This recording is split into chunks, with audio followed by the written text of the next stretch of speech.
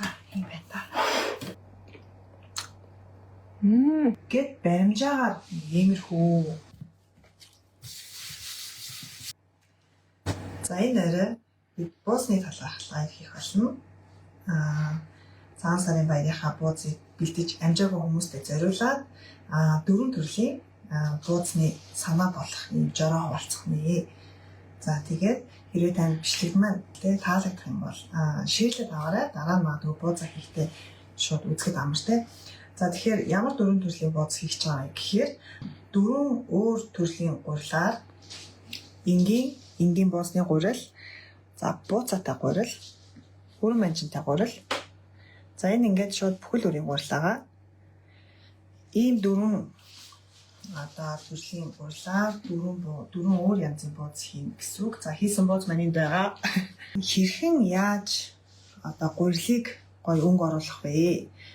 Заримдаа нөгөө гурилыг өнгө оруулахаар жинсний дараа өнгө алдчихад байдаг шүү дээ. Тэгүүлэхгүй тулд ямар арга хэрэглэдэг гэдэг аргаасаа бас хуваалцаж өгөхгүй. Өнөөдрийн лайвыг бэлтэж байгаа. Надтай хамт манай Эни маань камерны ард байгаа. Тэгээд та хэд маань асуух зүйл байх юм бол бичээд явах юм бол манай Эни маань уншаад бид хоёр ингээд харилцан ярилцаад явчих болно. Цагаан сараар айлт мах иддэггүй эсвэл ингээд өвчний ямар нэгэн шалтгаантай эрүүл хооллох ёстой нэг тийм хүмүүс байдаг шүү дээ. Ингээд зөндөө биш ч гэсэндээ нэг хэсэг нэг тийм хүмүүс байдаг. Тэд нартай зориулаад нэг юм онцгой хідэн ширхэг бууз хийгээд тавихын тулд энэ бүхэл өрийн гурилыг зуурсан байгаа. Эндээ тааруулаад ногоонуудаар ерөөсөө мах орохгүй тийм. Зөвхөн байцаа, хулуу, луван, за жуцай, тэгээд тофу энэ хэдийг ашиглаад ногоотой бүхэл өрийн бууз бас хийж үзүүлэх болно. Тэгэхээр би 2 төрлийн шанц, 4 төрлийн гурил зурах нэ. За өнөөдрийн буузаа хийх гэж бэлдсэн гурил маань өгөөж гурил байгаа. Өгөөж гурил маань ингээд бид нар мэдгүй юм шиг боловч энэ гурил маань 1997 оноос хойш үйл ажиллагаа явуулаад бидний мэддэг том жүр талхч хэрэггээд том үйлдвэрүүдэд ингээд их хэмжээгээр нийлүүлдэг гурил юм лээ. Одоо тэгээд бид нарт зориулаад хийлэгчдэд зориулаад 1.5 кг-ын савлгаатай ингээд хултаанд гаргаад номингийн салбаруудаар зарагддаг юм байна. Тэгээд хэрэг та бас энэ гурилыг туршиж үзээд буузаа хийхээр болбол номингийн салбараас ороод худалдаж авах боломжтой байна. 1000 ширхэг бууз хийж байгаа ийм мах 16 хил, сүүл 1 кг 600, сонгон 1 кг 600, сармис 475 г, гоёнд 160 г, давс 160 г, перц 70 г, сой соус 250 мл. За тэгээд энд шанзанд зориулаад 13 кг гурил зурах юм бол та 1000 ширхэг бууз хийх нэ. Гэхдээ буузны маань харьцаа 20 г гуриланд 20 г шанз гэсэн харьцаатайгаар тооцоолоод бид хоёр ингээд нэг юм жор гаргацсан байгаа. Хэрвээ та яг 1000 ширхэг бууз бэлтээ гэвэл эдгээр хүнсийг цуглуулж хайм бол ойролцоогоор 1000 орчим бууз болно гэсэн үг шүү. Гэхдээ энэ чинь айл болгон том жижиг бууз гурилаа их хийдэг, нимхэн гурилтай хийдэг гэх мэтчлэнгээр ингээд энэ бол ингээд хэлбэлцэн бид хоёрын хийх гэж байгаа бууз бол яг ийм тооцоололоор явагдаж байгаа учраас ингээд бичсэн байгаа. Хэрвээ та буузаа хийх гэж байгаа бол скриншот хийж аваад тэгээд ер нь нэг иймэрхүү баримжаатай байдсан байх шүү гэх нэг айхтар бол хоол зүрхгүй шүү дээ. Иймэрхүү байдсан байх шүү гэд хадгалаад аваа. Махан шанзны хувьд гэх юм бол энгийн үхрийн мах бэлдсэн байгаа. Үхрийн мах 1 кг байгаа. Энэ сайхан хэрчээд бэлдсэн. За үүн дээрээ 100 г хоньны сүүл. За хэрэг сүүл мөл идэггүй хүмүүс бол оронд нь мах орлуулад хийчих болно тийм. Махаа 1 кг 100 ч юм уу тийм. Би бол 100 г сүүл хийлээ. За тэгээд сонгон маань 100 г сонгон байгаа юм байна. За сармис маань 30 г байгаа. Бас жижиглээд татсан байгаа. За үүн дээр надад гонд хийхдээ мах бууз маань гондтой байх юм бол гоё гэдэг. Гондноос ер нь бол нэг хоолны халбаг орчим. Нэг амны халбаг чинь ер нь бол нэг 10 г байдаг гэд тооцоолж хэрэгтэй. халбах хийлээ. За хар перц мөн адил хэмжээтэйгээр хий.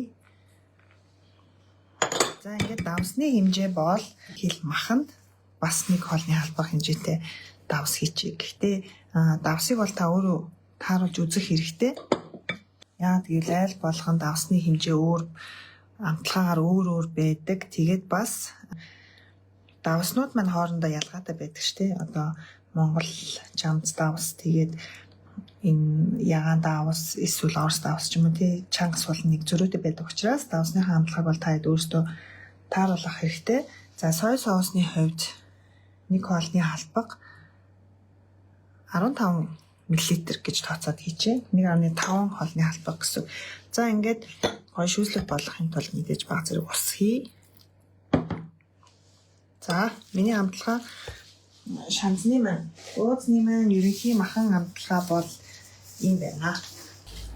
За би бол зөвхөн 1 кг махыг ингэж амталж байгаа шүү. Хэрвээ та 10 хилээр ч юм уу 5 хилээр бас амтлах гэж бодож байгаа бол шууд ингээд үржүүлээд бас тооцоолж болно.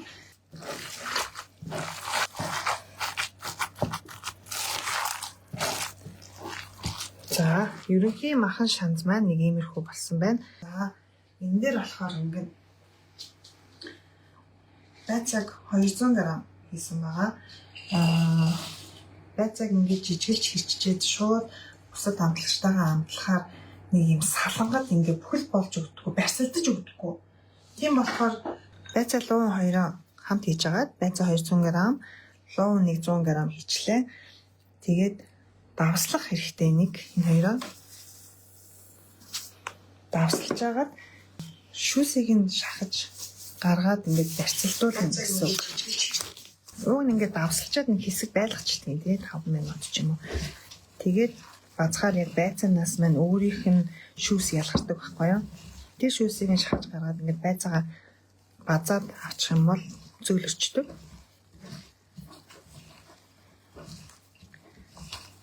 Тэгээд зөөлөхийн тулд одоо байцааг түр ингээд өргөчээ. За, ногооны шанз найруулах орцуудаа хэлээд өгчээ. 200 г байцаа, 100 г луван, за тэгээд 200 г тофу, 100 г жуцай. За тэгээд ногоон хулуу бас 100 г-ыг бэлдсэн байгаа. Энэ хэдийгээ сонгон, сармис, цагаангаа, давс, хар перц, сой соус. За гонж та өөрөө бас хийж олно. Би бас баг зэрэг гон дээр бас амтлан ногооны хогоозыг. За ер нь бол ингээд энэ хэдэн ногоонуудыг ашиглаад манайш ногооны шанз маань бэлэн болно. Тэгээд одоо байцаа маань жоохон давсандаа ингээд уусаа шүүсээ ялгаруулж тэр хооронд тэгээд авраажа хооронд хэдүүлээ гурилаа зураад явчих. Тэгээд гурилаа зуурсныхаа дараа ногооныхоо шанзыг найруулаад явъя да. За гурилан зурмаг хамгийн ихний зүгээр л энгийн зурмаг зурээ. Энгийн зурмагт маань болохоор ер нь бол ингээд 4 төрлийн зурмага 500 500 бүгдээ адилхан ингээд 500 г гурилууд зураад тавьчих. Энэ бол ингээд үзүүлж байгаа шүү. За ихээр нь хийх юм бол одоо магадгүй 500 ийм хэмжээтэй байсан юм чинь одоо 2 хийлд ямар хэмжээтэй зурх вэ гэж шууд миний хэлж байгаа орцыг 4-өөр үржүүлдэг ч юм уу тий. Ингээд үржүүлээд нийт дүнгийн гаргаад зураад явчих болно гэсэн үг. 1000 ширхэг буудас хийх юм бол энэ жараар зурхад ер нь болно. Тэгэхээр 1000 ширхэг буудас хийх гээд их хэмжээгээр зурх байгаа бол давсаа багаар хийж байгаа, амсаж үзэж байгаа. За нөгөө тэтгэл хиймээд тэгээд яваарай. За 500 г гурилан дээр нэг ширхэг өндөг хийчихэд гэхдээ өндгийг бол ингээд би багаар зурж болохоор хийж байгаа шүү. За хэрэг бүр их гурил 10 хэдэн гурил хийх гурил мөрөл зурх юм бол одоо яг үржүүлээд бодох өндөг чи аягүй их болчихно. Тийм болохоор хийж болно, хийхгүй зурсан ч болно гэсэн үг. Одоо яг бага ам бүлтэй айл байх юм бол өндөг хийгээд яагаад өндөг хийж байгаа шалтгаан гэвэл одоо хатаахгүй, хагараахгүй байлгахын тулд гэж ойлгож болно. За ингээд 500 г өгөөж дээд гурил дээр нэг ширхэг өндгөө хийцэн. За тэгээд усны хэмжээ маань 200 мл авах ёстой. Ус маань зүгээр л энгийн үлээ ус байгаа. Энгийн гурилыг зуурахтаа харьцааг нь 2:1 гэж зуурна. Одоо 500 г гуриланд 250 мл ус. 1 кг гуриланд 500 мл ус. Ингээд зурх юм бол ерөнхийдөө яг нэг юм зөөлхөн биш, хатуу биш юм зурагдчих шүү. За.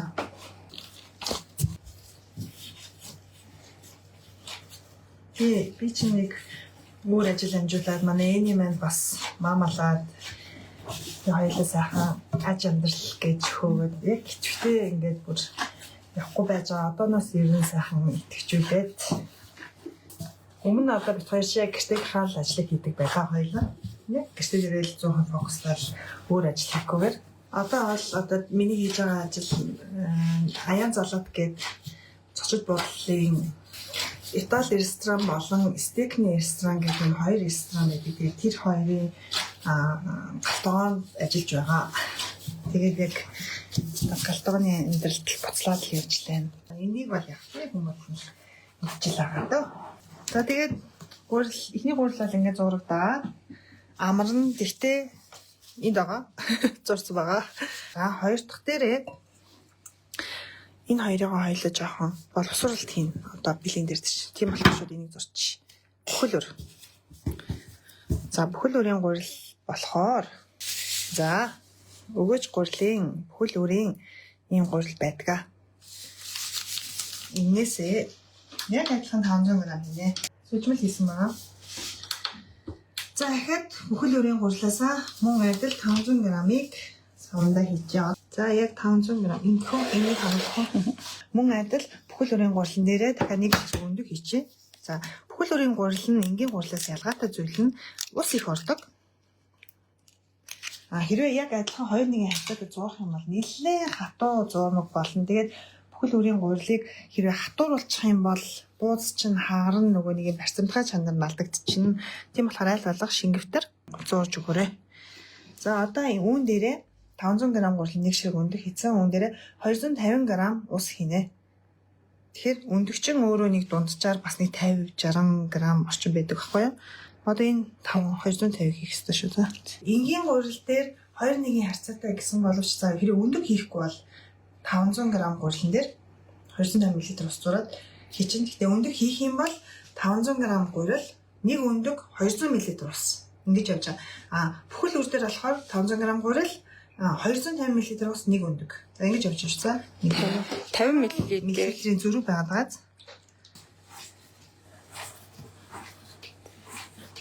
Бүхэл өрийн гурил болохоор барьцалтгын үед бол барьцалтж байгаа. Тэгээд мэдээж нухалт амраалт аягүй чухал бүхэл өрийн гурил дээр. Нухаж иж одоо ингээд зардууллаг байдал нь илүү нэмэгдээд хоорондоо сайн барьцалтаж өгнө гэсэн үг. Тэгээд аль болох шингэвтер хатуу биш зураарай. Гэхдээ хэтэрхий шингэн зурчих юм бол урсан штэ. За энгийн гурил учраас ер нь л нэг 40 минут багтаа тий. Нэг цаг ч юм уу тий. Амраа бол бас гоё нэг жиг болж өгнө. За хүрэн манжингийн хувьд гэх юм бол хоёр урдчлаа. Тэгээд хальстай зүгээр л угаагаад хальстай нусан тэгээ болгоцсон байна. Хальсыг авчгаар нөгөө өнгөн бас ингэж хаалтгахад байдаг учраас хальстай ч анх хайж чухал гэдэг шүү. Тэгээд хальстай хүрэн манжингаа чамаа дараа нь хальслаа зөвхөн хэрчээ бэлдсэн байна. За энэ хүрэн манжинг яах вэ гэхээр одоо хэдүүлээ гурил зурх уусмалаа бэлтгэх гээд байгаа шүү дээ. Тэгэхээр блендер нэ миксер дэж өгнө. Нөгөөжийнхөө дэд гурилыг сонгоод 500 г гурил 150 г чансан болсон хүрэн манжин. За тэгээд мөн адил нэг өндөг хийчихэж байгаа. За өндөг маань бас л нэг 50-50-аас 60-ийн хооронд том жижигээс хамаарат байгаа. Үүн дээрээ нэмэх нь усаа болохоор хүрэн манжин дээр 120 г ус.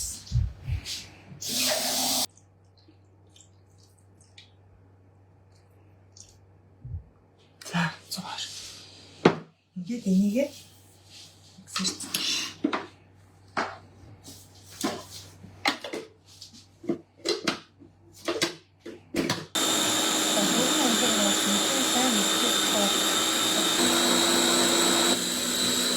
Одоо 500 г гурлан дээрээ энэ усмалаа. Өгдөө шүүж мөх хэрэггүй шүү. За шууд ингээл хүрэн манжинтай. Одоо ер нь бол нэг юм өтгөвтөр нухаш шиг юм шиг тийм болж байгаа шүү. Хүрэн манжингийнх нь дан шүүсээр зурвал хурцамжтай болчих болов гинэ. Амтны хувьд бол одоо хүрэн манжингийн тэр нэг юм чихэрлэг амт мэдэгдэхээцээр болохгүй. Ноогоо ихтүүлчвэл бас өнгөн дээр айгүй өөр өнгө гарч ирээд идэг бүгүн. Тийм болохоор амт болон өнгийг нь ингээд хэтрүүлэхгүй тулд 150 г-аар сонгосон.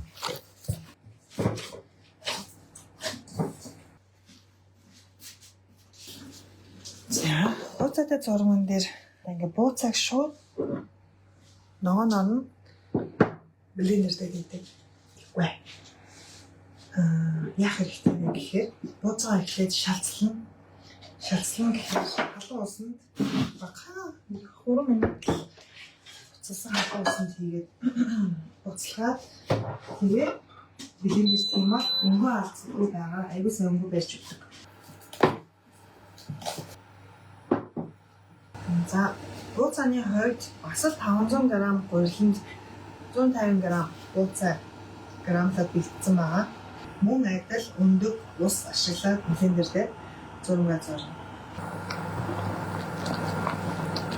Хэрвээ нөгөө гэртээ хийж байгаа бол энэ усаа бас ашиглаж болно л доо. Тэгтээ би бол асуунаа. Энэ усаа асгаж агаад хөт усаа сойчод түрээд шээ. Дахиад биднэрт өгөөж дээд болоосаа 500 г-ыг чимдээ авчи. За, нөгөө 150 г шалцалсан бууцаа гахи. Мөн дээрээ нэг өндөг хий. Өндөг хийх юм бол нэг өндөг хийгээд 140 г усаар зурна. Тэгээ өндөг хийхгүй бол 200 г усаар зурхад болно шүү. За 200 мл. Бууцаа 150, гурил 500, нэг ширхэг өндөг.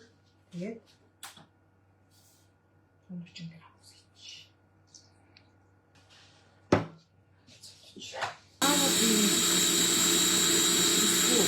Ийм жижиг хэсэггүй болох гээд хаалтгүй.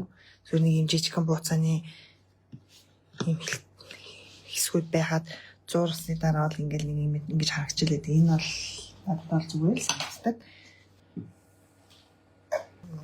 Манай гаргаж байгаа яг энэ зуурсан байгаа ногоон өнгөнөөс илүү гүн ногоон өнгө гаргахыг хүсэх юм бол бууцааныхаа хэмжээ грамыг нэмээд миксерт чинь гэсэн үг.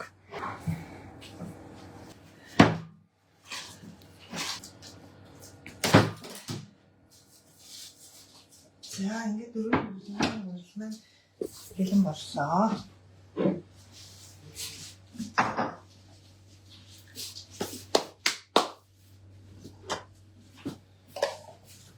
Байцаа 200 г байгаа, луун 100 г байгаа. За энэ хоёроо нийлүүлэн готлаа нэг цайны халбаг орчим давс хийсэн байгаа. Тэгээд түр орхицсан. Лавын ихэнд л ингээ орхицсан ба. За магадгүй гэртээ гэж байгаа нэг 10 минут зүг ингээ орхич өрөөний хэмт. Тэгин гот ингээд зөөлрөөд нороод одоо шүүс нь гараад эхэлнэ. Тэгэхээр энэ шүүсийг шахаж авнаа. Энийг ингээд бадсан ер нь бол ингээд шүүс ялгардаг. Манай ээж бол бан шигтэй ингээ байцаатай бан шигдэг. Дандаа ингэж ялгаж авдаг байгаа шүүсийг.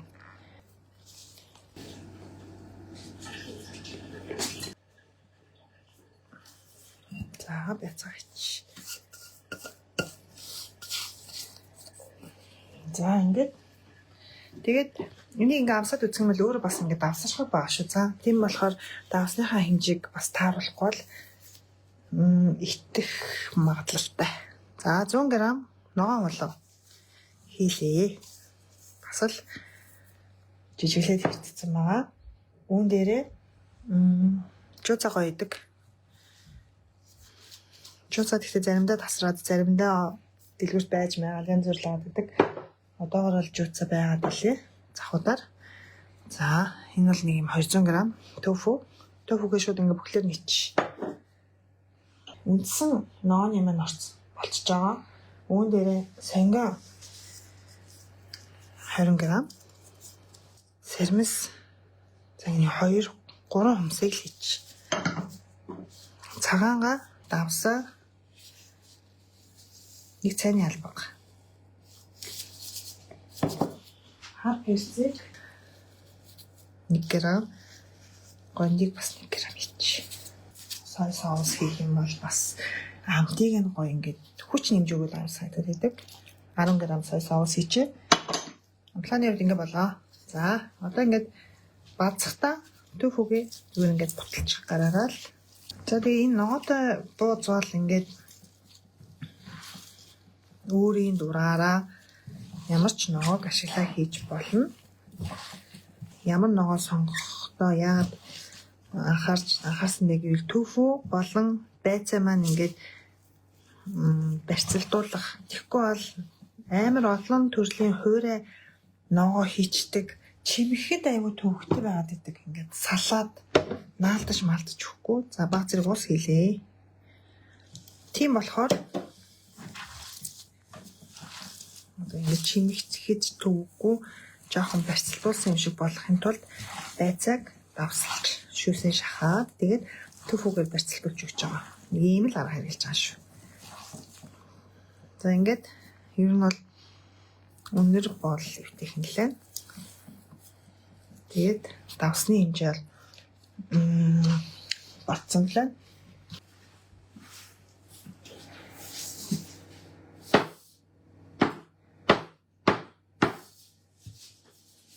Ингээд нэр хольж болно шүү дээ хооронд нь тий. Бас нэг холдог арга байна тий. Олон хүн холдог.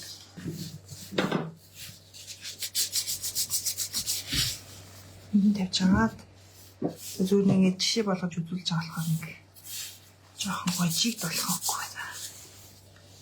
Ингэчээд тэгээ намын ингээд нийлүүлээд чимэгчдэг. Энэ тэгээд нөгөө ямар ч өнгөр ингээ холж гаргаж удах шүү дээ.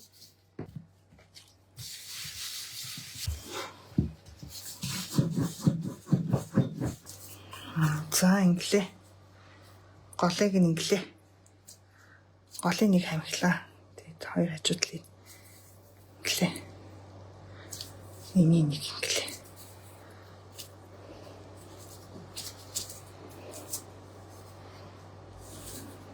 За ингээд л болно та.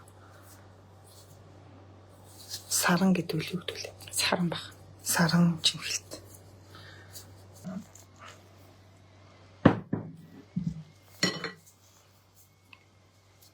Цагаан гутландаа өндөх хийсэн үү? За энэ эдгээр зургийг зурхтаа бүгдэнд нь нэг шиг өндөх хийсэн байгаа. Хийхгүй бас зурж болно.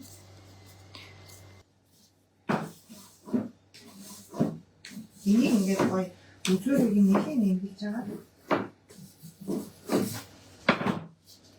Цэцгэн бууцдаг. Өнгөөр бол тоглож байдаг буян юм аа. Тэглээ шүү. Нэг их мах их хэрэггүй. Тэгчээд горлон сайхан ингээ бөөрийн хилээд олон гутаа эндээс нь чимхээд баярлаа. тэгээд ингээ дэлбэлүүлээд ийм бооз бас хийж болдгоо. Бас хөлдөөхгүй бол эсвэл жигнэхгүй бол үзүүр нь аягүй татах гад байдаг. Бас юу болсны дараа зүрүүд бас татах гад байдаг нэг тийм тал байдаг юм билээ. Яа халуу байна. Гараад ирсэн ш. За. Өнгөр нэрээ хувраагүй юм тий? Шалцлахаар хорихгүй байгааз. Аха. За, юм байна та. Ингээд дөрөв төрлийн бууз маань бэлэн болсон. Гол анхаарах юм маань ногоогоо шалцлаад хийх юм бол өнгө нь алдахгүй. байдаг шүү. За, энийг идэв үзчихье.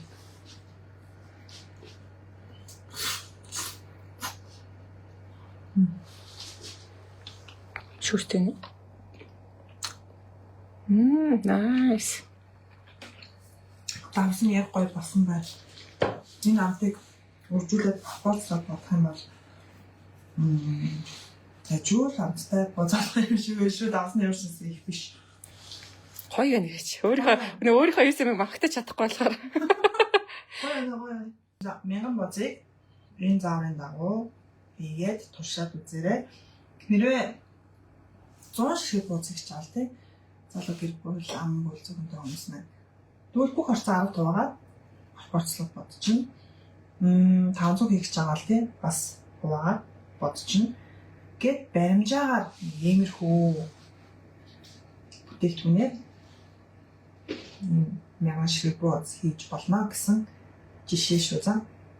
За ингээд манай гэртегийн лайфтай хамт ээж бидэнтэй нэг байраа ингээд хамт өнгөрсөн баярлалаа.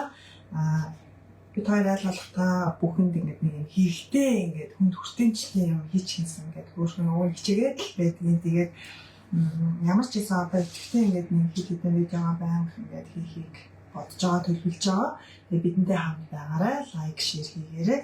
Бичлэгнүүдээ маань үзэж бас лайк, дарж, шеэрлж өгөх юм бол одоо дараагийнхаа бичлэгүүд маань хөрхөн яваад байна л гэсэн үг шүү. Тэгээд за та бүхэндээ баярлалаа. Цааш шинэ сайхан шингэлээрээ бууцаа хурдан хийцгээгээрэй. Ингээд баяртай.